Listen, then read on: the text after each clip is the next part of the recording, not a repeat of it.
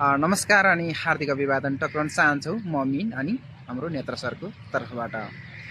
हामी एकदम आरामको कामना पनि गर्दछौँ।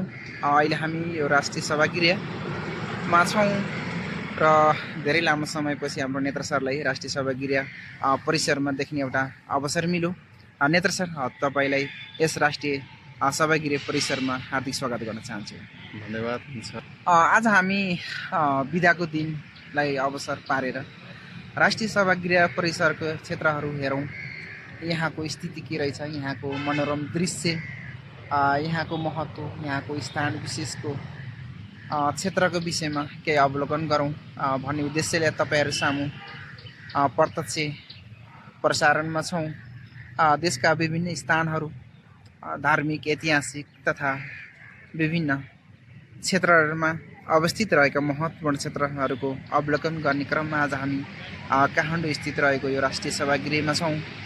देख्न सक्नुहुन्छ मेरो पछाडि र मेरो अगाडिको ब्याकग्राउन्डमा देख्न सक्नुहुन्छ यो चाहिँ हाम्रो काठमाडौँ भ्यू टावर निर्माणाधीन अवस्थामा रहेको देख्न सकिन्छ भने त्यसको अगाडिपट्टितिर राष्ट्रिय सभागृह देख्न सकिन्छ र मेरो यो ब्याकग्राउन्ड एरियामा देख्न सक्नुहुन्छ यहाँको भित्री आवरण, यहाँको प्राकृतिक सौन्दर्यता, मनोरम दृश्यले निश्चय पनि मान्छेहरूले चाहिँ आनन्दित र लोभ्याएको अनुभूति गर्न चाहन्छौँ। यतिकैमा हाम्रो नेत्र सरसँग छोटो संवाद गर्न चाहे। नेत्र सर, तपाईँलाई पुनः स्वागत गर्न चाहन्छु। धन्यवाद। हाम्रो दृश्यमा तपाईँहरू सामु देखिरहेको राष्ट्रिय सभागृहमा छौँ।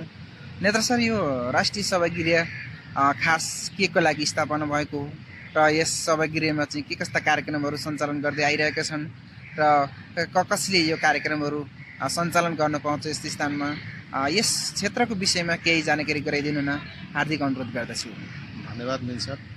अब सर्वप्रथम चाहिँ यस राष्ट्रिय सभागृह परिसरमा चाहिँ तपाईँलाई हार्दिक स्वागत छ। धन्यवाद नेता सर। यस ठाउँ चाहिँ राष्ट्रिय सभागृहमा चाहिँ यहाँ राष्ट्रिय तथा अन्तर्राष्ट्रिय कार्यक्रमहरू चाहिँ यहाँ हुने गर्छ। यहाँनिर जस्तै राजनीतिक कार्यक्रमहरू भयो होइन, त्यसमा भनौँ न के भन्ने त बिग्रियो क्या काट्न मिल्छ। नेत्र यो राष्ट्रिय सभागृहलाई एउटा यो उपत्यकाको महत्त्वपूर्ण स्थानको रूपमा चिन्ने गरिन्छ, महत्त्वपूर्ण स्थानको रूपमा हेर्ने गरिन्छ।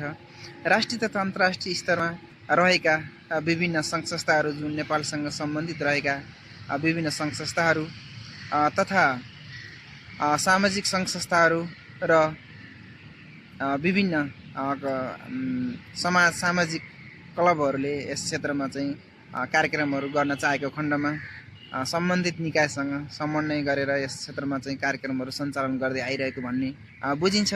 साँच्चीकै यस क्षेत्रमा सामाजिक राष्ट्रिय तथा अन्तर्राष्ट्रिय सङ्घ संस्थाहरूले कार्यक्रम गर्नका लागि चाहिँ कार्यक्रम गर्दै आइरहेको पनि हामीले देखियो र पाइयो पनि।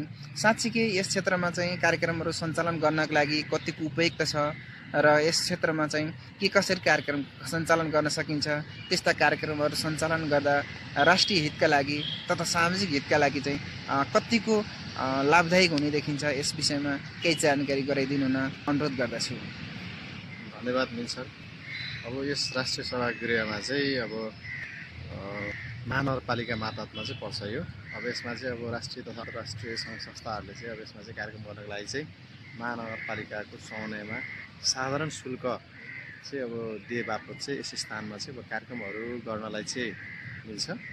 गर्ने गरेको पनि पाइन्छ। यो चाहिँ भित्र चाहिँ एकदमै राम्रो छ, ठुलो हल छ। त्यसमा चाहिँ नृत्य कार्यक्रमहरू, परिचयात्मक कार्यक्रमहरू, अगाडि प्रेस मिटहरू गर्नलाई चाहिँ साह्रै नै उपयुक्तता भएको पाइन्छ। त्यसै गरी बाहिर पनि राम्रो दृश्यहरू छ। यसमा चाहिँ साधारणतया मान्छेहरू पर्यटकीय स्थल जस्तो पनि देखिन्छ, आएर घुम्नलाई, मनोरञ्जन गर्नको लागि चाहिँ उपयुक्त छ। यसमा चाहिँ यहाँ महानगरपालिकाको चाहिँ सही साहबको कमान्डमा चाहिँ ड्युटीहरू बस्छन्।